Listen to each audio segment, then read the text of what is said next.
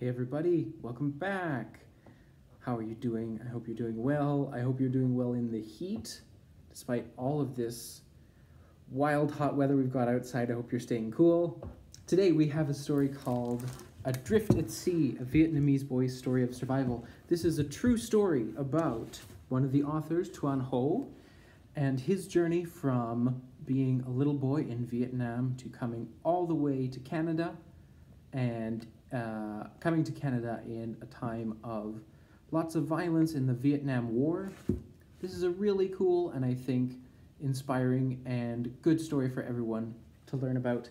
It is written by Marsha Forchuk-Stripuch with Tuan Ho and art by Brian Dines? I don't know how you say Brian's name. It is published by Pajama Press and read under access copyright with permission from Pajama Press. If you're interested in this story, there's more information about Tuan and his family in the back. So if you like the story, you can come check it out from the library and read that extra stuff. When I came home from school today, a jug of water and bags of dried food sit by the door. Ma gathers me into her arms. "Are you leaving me now too?" I ask. A year ago, Ba had left with my older sister Lynn. Now there are just me and my sister Lan, Lon, and Van. We live with our aunts, uncles, and cousins in Ho Chi Minh City. "I am leaving," says Ma, "but you are coming with me." "When?" "Tonight." She holds a finger to her lips. "The neighbors cannot know."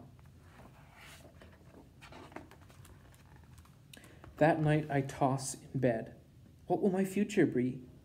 I hold Ba's cap to my face. The scent reminds me of his last words. "Be brave, Tuan." Ma touches my shoulder and I jolt awake. I dress in layers and tiptoe down the stairs. Lan, Lon, and Ma are there. Aunt Nya waits with two of her children, but not little Tao. Aunt Bang and Uncle Hai are not there, nor are their children. Uncle Tree is not there either. Then it hits me. "Where's my sister Van?" "She's too young to travel," says Ma. I almost cry out. Our family is to be broken yet again. The look on Ma's face silences me. We slip outside. A truck pulls up. We climb in and hold on to each other as it careens over bumps and potholes. It stops. "Get out before they catch me," says the driver. We hide among bushes close to the water until skiffs appear. "Now," says Ma. I jump over rocks and bushes, running to the boats. Guns fire. One bullet pierces a clump of dirt by my foot. I stumble and roll head over heels. I get up and keep running. Soldiers shout. My heart pounds. Lone scrambles into a skiff, pulling me in. Strangers crawl in beside us. "Where are Ma and Lan?" "My cousins? Aunt?" The boatman pushes off. "Help me!" It's Ma, clutching onto the side, knee-deep in water. We pull her in. Bullets fly past our heads. We duck. The motor kicks over, and we speed away. When the gunshots subside, I realize the horrible truth. The rest of my family is lost. We travel in terrified silence. The sea is empty for long minutes, but now a large fishing boat appears. They lower a plank. I walk across, looking down onto the moonlit, inky sea, numb with sorrow. Another skiff. Lan! Aunt Nya beside her. Cousins too. Our family is found. After they board, another skiff appears, and I count heads as these people walk the plank to our larger boat. We are 60.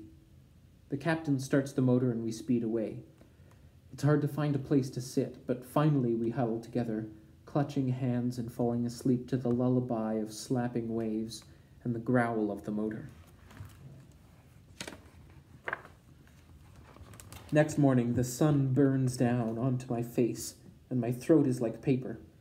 What I would love is a tall, cool glass of milk, but I know that's not possible. Ma, can I have some water? She pours a trickle into the cap of the jug and hands it to me.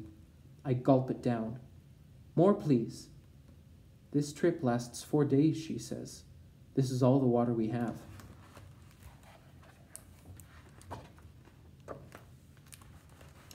I take off one of my shirts and put it over my head to block out the sun. I drift in and out of sleep, thinking of water, dreaming of milk. My lips crack and my skin peels.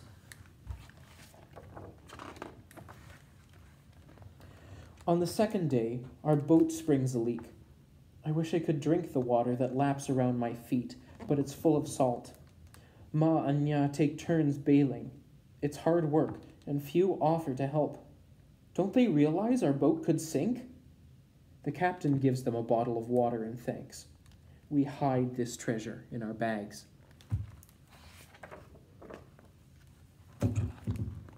On the third day, I wake up to sudden silence.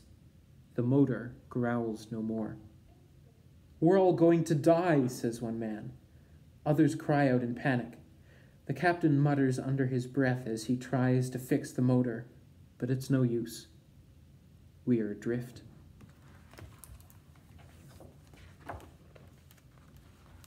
On the 5th day, I spy a boat, drifting like we are. That night, as I sleep, that other boat is suddenly bright with fire. I wake up to the commotion on our boat. They think we're a rescue ship, says the captain. They've lit a fire to get our attention. The flames in the distance suddenly envelop that boat. It overturns. The flames and boat are swallowed by the sea. We 60 stare in silent horror, but there is nothing that we can do to help. Will this be our fate as well? When I close my eyes, I see that burning boat. I cannot sleep. I go to help Ma bail water.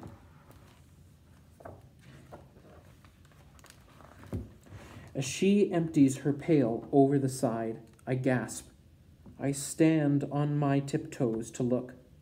Just below the surface are many dolphins. It's a sign, Tuan, Mom says. Her words confuse me, but I am comforted too. On day 6, I see something in the distance that seems too big to be a ship. It looks like a bright white light. As it gets closer, the captain cries out, "It's American, an aircraft carrier." "Help us," I whisper. My throat is too dry to cry out. The massive ship looms above our tiny boat. The American sailors wave. When we are close enough, we see their smiles. A sailor tethers us. They lower a rope ladder. We climb up one after another. When it's my turn, I am afraid I will be too weak to hold on to the ropes. But I can't give up now. I climb. A sailor lifts me off from the topmost rung and sets me on the deck. He smiles and talks, but I don't understand.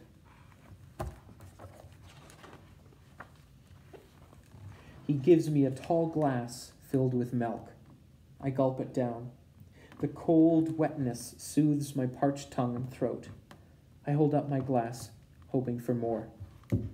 The sailor beams. He gives me another and another. I smile. We are safe.